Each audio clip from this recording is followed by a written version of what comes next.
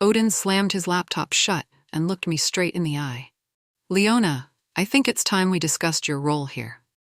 The conference room felt ice cold. I'd built our software startup from nothing, coded every line myself while he schmoozed investors. But sitting there, watching his smug smile, I knew something terrible was coming. What do you mean? I asked, though my stomach already knew. The board thinks you're better suited for operations, behind-the-scenes stuff. He leaned back in his chair like he owned the world. I'll handle the big picture from now on. I stared at him. We'd been partners for 3 years, equal partners. I'd designed our entire platform, solved every technical crisis, worked 18-hour days while he played golf with clients. Now he wanted to shove me into a corner? Odin, I built this company with you. That's the old thinking, Leona. We need fresh leadership for the next phase. His voice was calm, calculated, like he'd rehearsed this speech. Don't worry, you'll still have equity, just less responsibility. The betrayal hit like a punch to the gut. My best friend since college was throwing me away like garbage. The next morning's investor meeting was my nightmare come true. Odin strutted to the front of the room while I sat in the corner like a secretary. $25 million in funding hung in the balance, and he was stealing my spotlight. Our revolutionary AI platform processes data 3 times faster than competitors, Odin announced, clicking through slides I'd created at midnight. The investors nodded, impressed. Not one glance in my direction. I cleared my throat. Actually, the speed improvement comes from the compression algorithm I developed last month. Leona handles our technical documentation. Odin cut me off smoothly. What matters is market positioning. The investors chuckled and turned back to him. My face burned. I'd spent 2 years perfecting that algorithm. It was my breakthrough, my genius. Now Odin was selling it like his own idea. The beauty of our system, he continued, is scalability. We can handle enterprise clients because of our robust architecture. More of my work, more of my sleepless nights. I gripped my pen until my knuckles went white. These investors thought Odin was the brilliant mind behind everything. They had no idea he couldn't code a simple calculator app. When they signed the check, they shook his hand first. 3 days later, Odin cornered me in my office with legal papers and a shark-eyed lawyer I'd never seen before. My world collapsed in 20 minutes. This is a restructuring agreement, the lawyer explained coldly.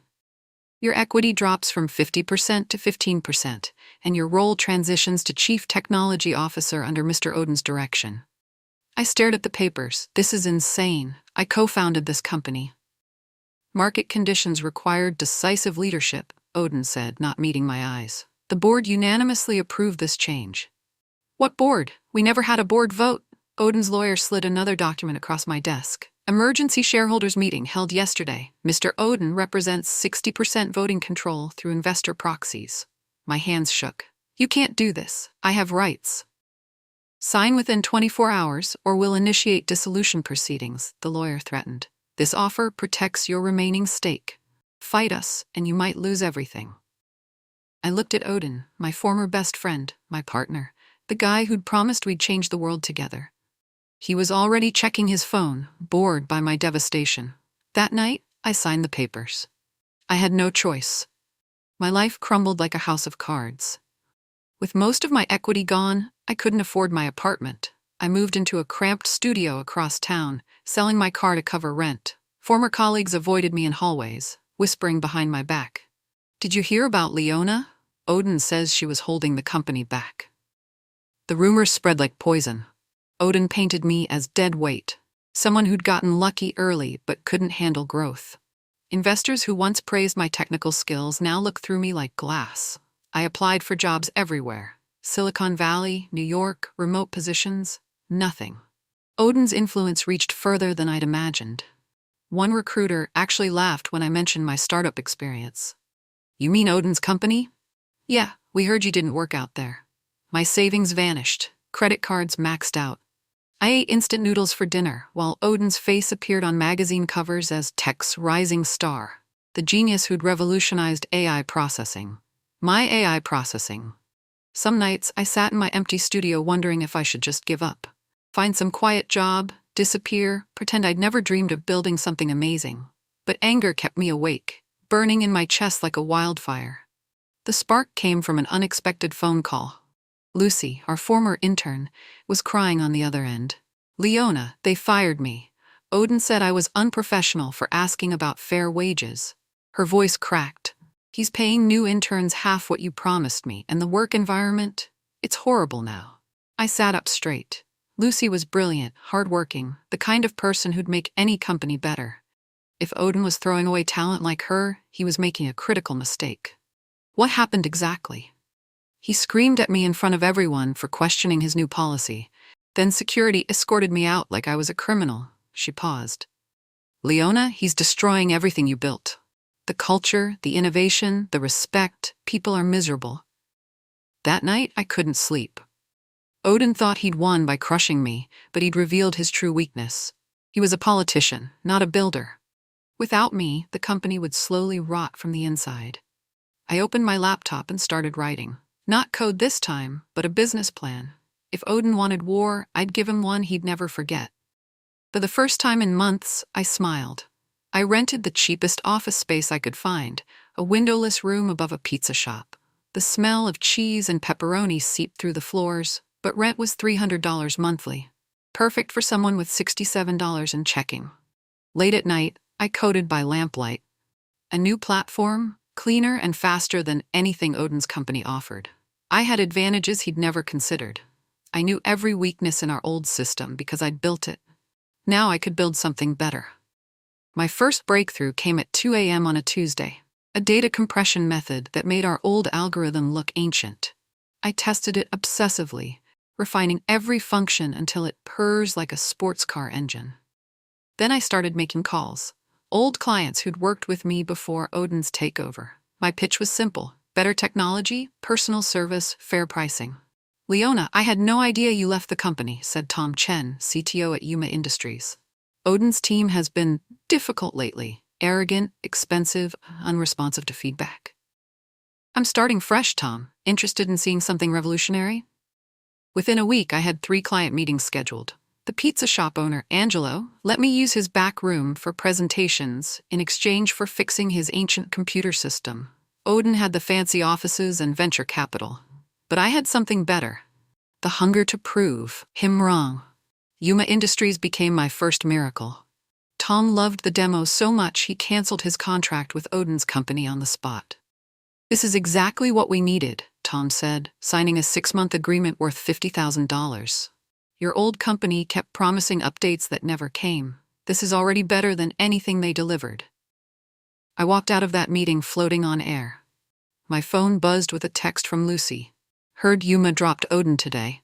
His face was priceless. That evening, Odin called me for the first time in months. His voice was tight with barely controlled anger. "Leona, what the hell do you think you're doing?" "Running a business, Odin. You know, that thing I was apparently too incompetent to handle. Yuma was our client. You can't just steal our relationships." "I didn't steal anything. I earned it." I kept my voice calm, professional. "Maybe if you'd focused on product quality instead of press interviews, they would have stayed." The line went quiet for a long moment. Then Odin laughed, but it sounded forced. "Good luck with your pizza shop startup, Leona. Call me when you get tired of playing pretend." He hung up. I stared at my phone, then burst out laughing. This was just the beginning. Word spread through the tech community faster than I expected. Odin had burned bridges with talented people, and they were hungry for something better. My tiny office became a magnet for the overlooked and undervalued. Lucy was first. She knocked on my door with a box of her belongings and a determined smile. "I'll work for equity until you can afford salaries." Then came Omar, a brilliant designer Odin had passed over for promotion. "He said my ideas weren't commercial enough," Omar said, rolling his eyes. "Want to see uncommercial ideas that actually work?" Next was Priya, a marketing genius who'd quit Odin's company after he stole credit for her campaign strategy. "He's all flash, no substance," she said. "You've got substance, Leona. Let's add some flash." Within 2 months, I had a team of 6. We worked 18-hour days, surviving on pizza and determination. Odin's company had gleaming offices and million-dollar salaries. We had hunger and something to prove. The difference showed in our work. While Odin's team churned out generic updates, we crafted solutions tailored to each client's exact needs. Personal attention, rapid response, genuine innovation. Our second major client signed before Odin's team even returned their phone call. The Anderson Group contract changed everything. They were Odin's biggest client, a Fortune 500 company worth millions in annual revenue, and I'd just stolen them.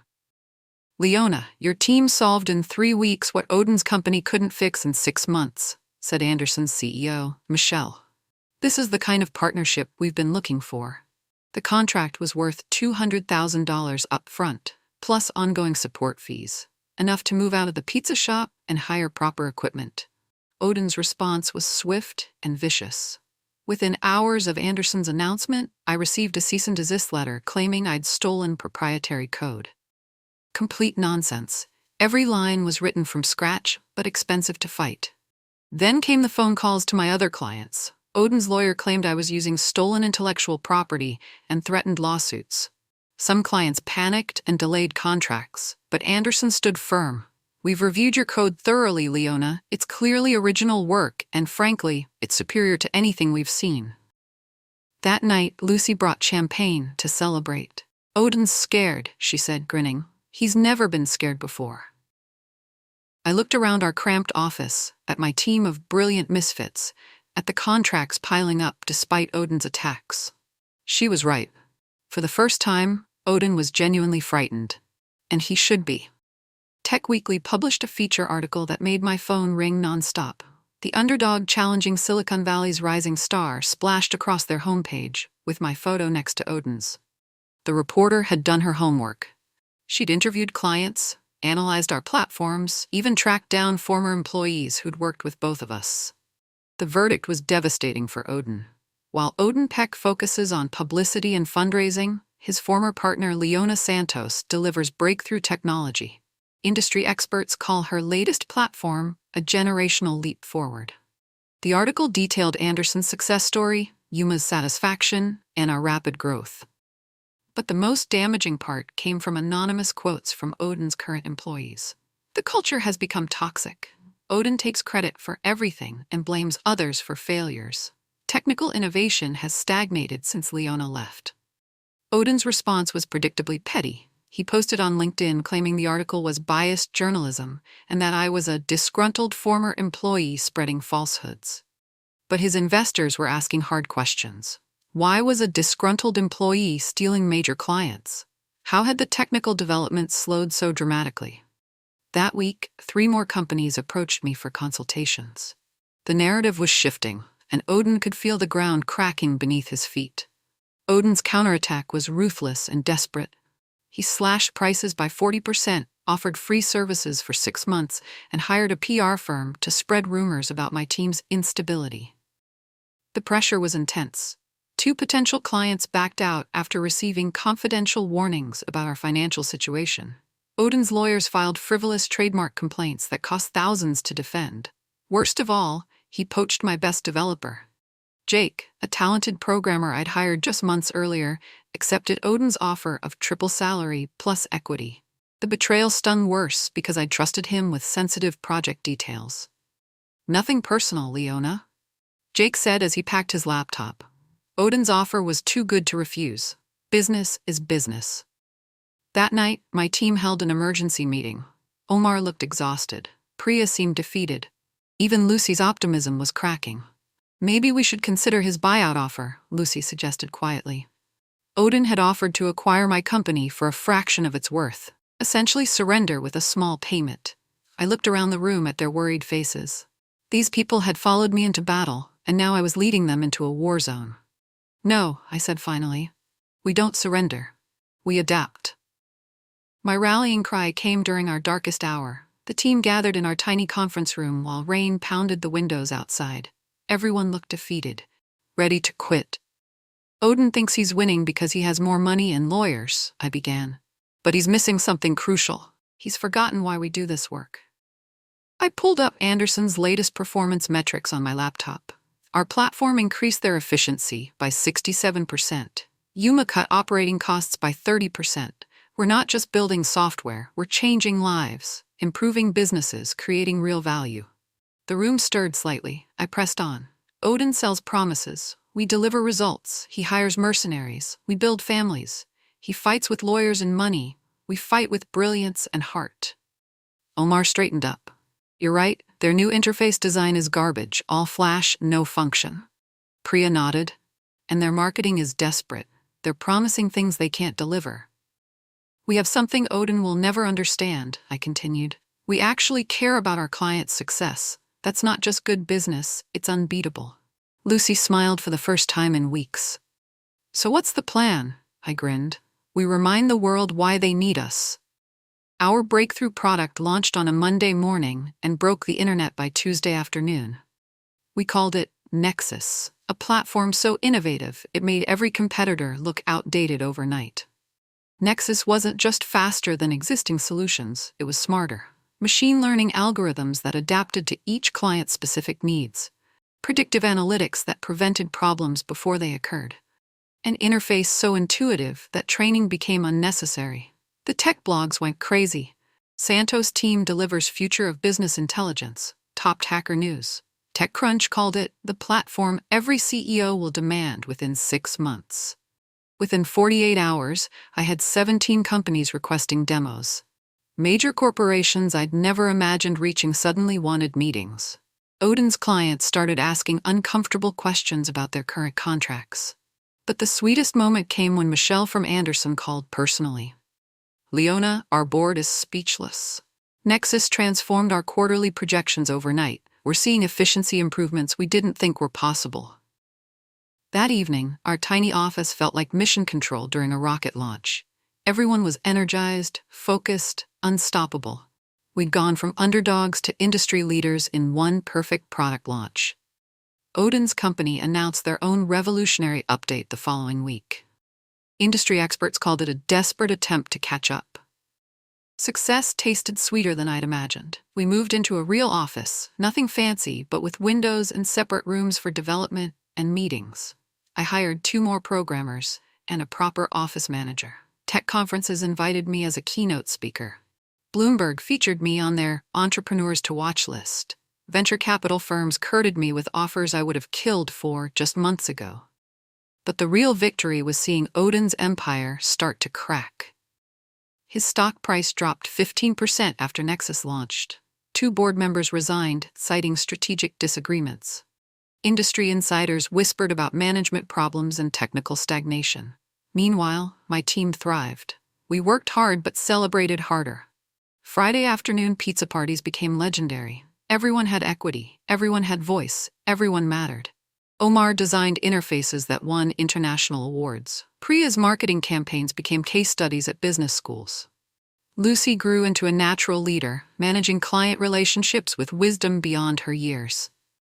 This was what Odin had never understood. Success wasn't about dominating others, it was about lifting everyone around you. But I should have remembered that desperate animals are the most dangerous. The betrayal came from within, just when everything seemed perfect. Nick, my new head of sales, had been passing sensitive information to Odin for weeks. I discovered it by accident.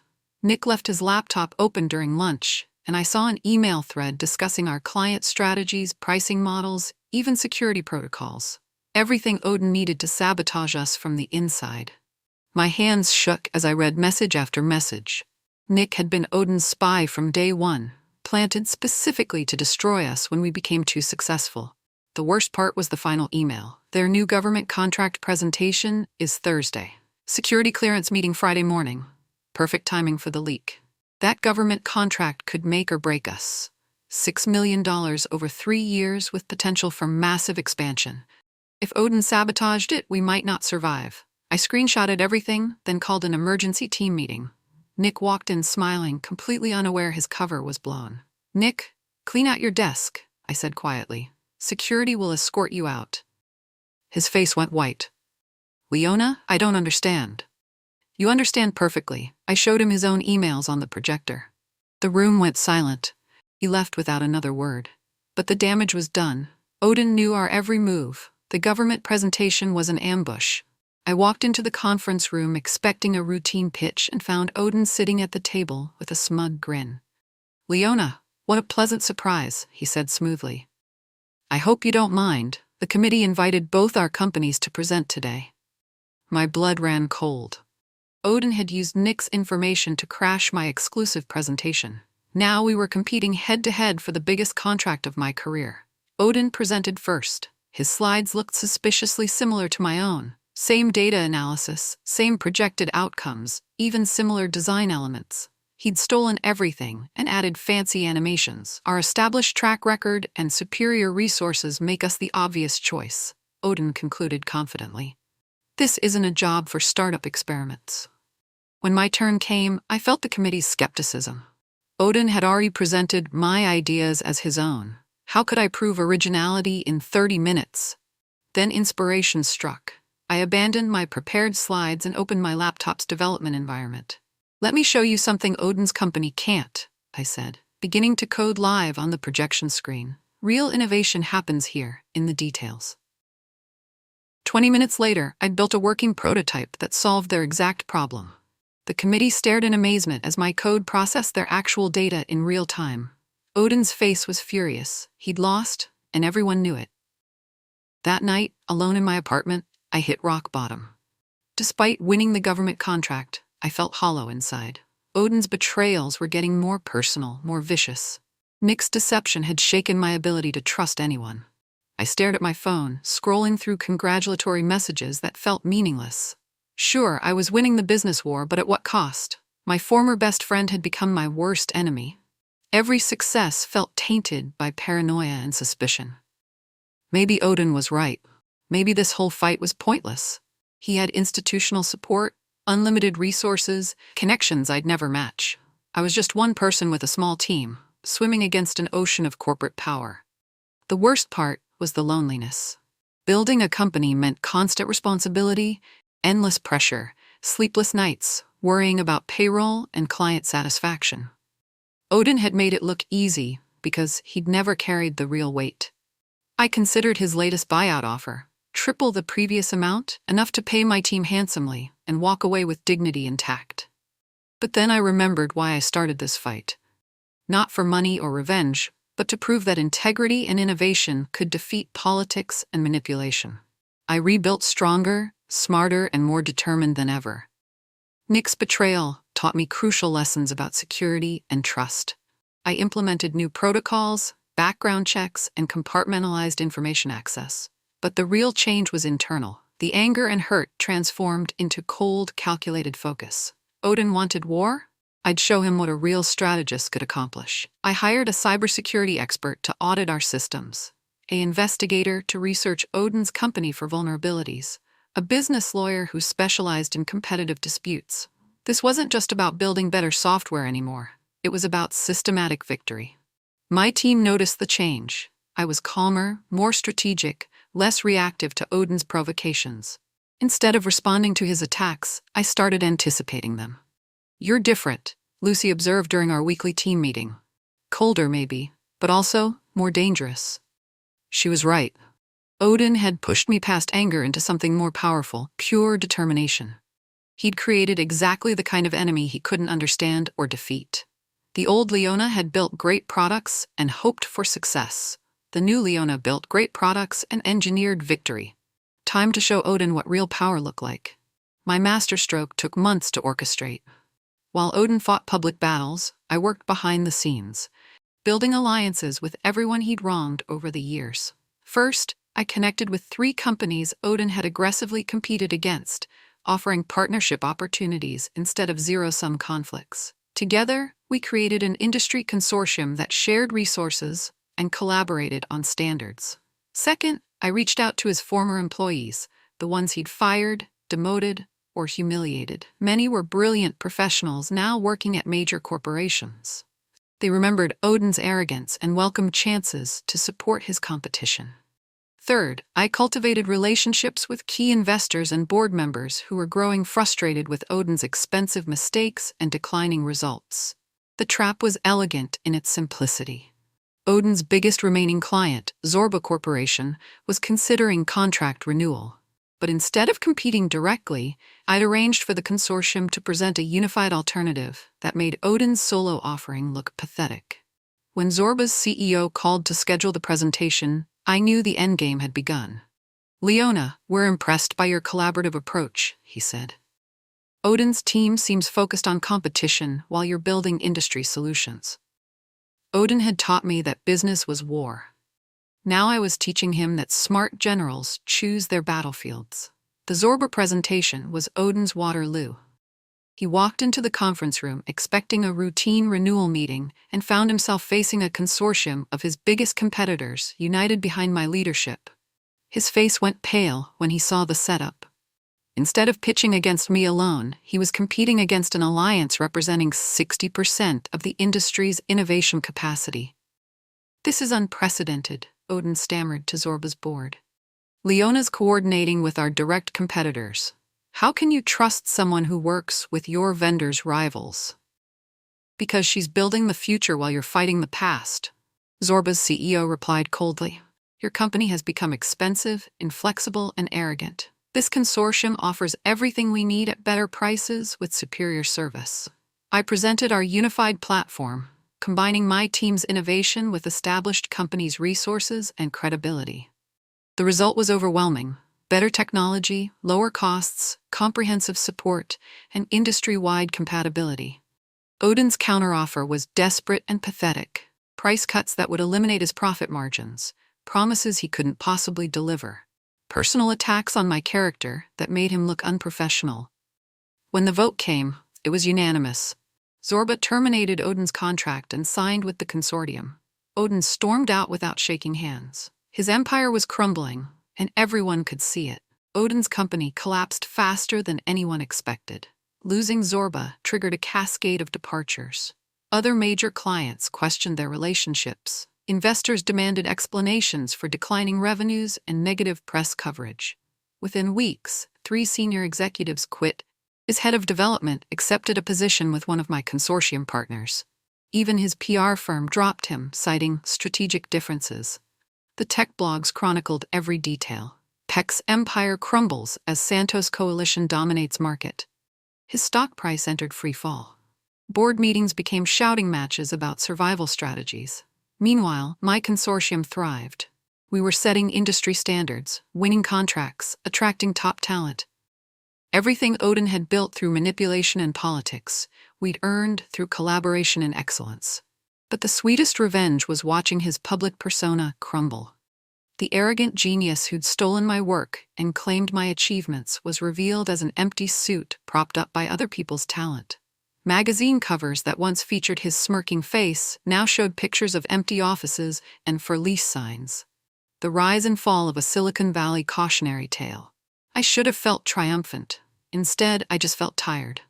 Victory was satisfying, but it couldn't erase years of betrayal and pain. Still, Odin had one final card to play. Odin's last desperate gambit almost worked. He leaked false information claiming my consortium was engaging in anti-competitive practices, suggesting we'd coordinated to fix prices and divide markets. The accusations were serious enough to trigger a federal investigation. Suddenly, I was defending against antitrust allegations, while Odin positioned himself as the victim of an industry conspiracy.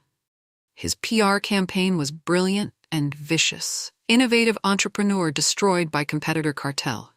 He granted interviews portraying himself as a visionary, crushed by jealous rivals who couldn't compete fairly. For 2 weeks, the narrative shifted.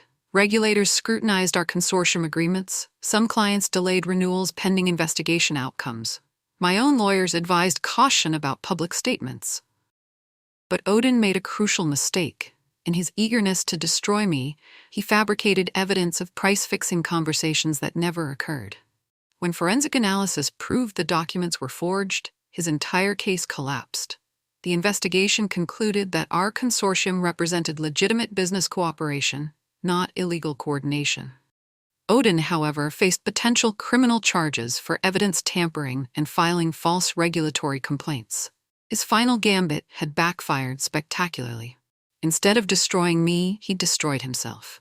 The meeting request came through Odin's lawyer, not Odin himself. "My client would like to discuss a confidential business matter," the message read. "Are you available for a private conversation?" I almost declined. What could Odin possibly have to say after years of warfare? But curiosity won. I agreed to meet at a neutral location, a quiet coffee shop downtown where we'd once planned our original startup. Odin looked terrible. His expensive suit couldn't hide the stress lines around his eyes or the defeated slope of his shoulders. The confident swagger was gone, replaced by nervous energy and haunted expressions. "Leona, thank you for coming," he said quietly. "No arrogance, no manipulation, just exhaustion." "What do you want, Odin?" He stared into his coffee cup for a long moment before speaking. "I'm bankrupt, personally and professionally. The criminal charges, the civil lawsuits, the complete loss of credibility. It's over." I waited. This was his show. "I need help," he continued, his voice barely audible. "Not money, not rescue, just a chance to understand what went wrong, how I became someone I don't recognize." The admission hung between us like a confession at church. Odin's story poured out like a dam bursting. The pressure from investors who'd demanded faster growth, the board members who'd pushed for aggressive competition, the advisors who'd convinced him that business was zero-sum warfare. "I thought I was being smart," he said, eyes red with unshed tears. "Taking control, making tough decisions, doing what successful CEOs do. I never realized I was destroying everything we'd built together." He talked about the sleepless nights, the constant anxiety, the way power had isolated him from everyone who'd once mattered, how he'd rationalized every betrayal as necessary for business success. "You were right all along," he admitted. "About collaboration, about treating people well, about building something meaningful instead of just profitable. I lost sight of why we started this company." I listened without judgment, remembering the Odin I'd once known, the idealistic college student who dreamed of changing the world through technology. Somewhere along the way, he'd confused success with domination. "I'm not asking for forgiveness," he said finally. "I know I don't deserve it. But maybe you can help me understand how to rebuild, not the company, that's gone, but myself, the person I used to be before ambition poisoned everything."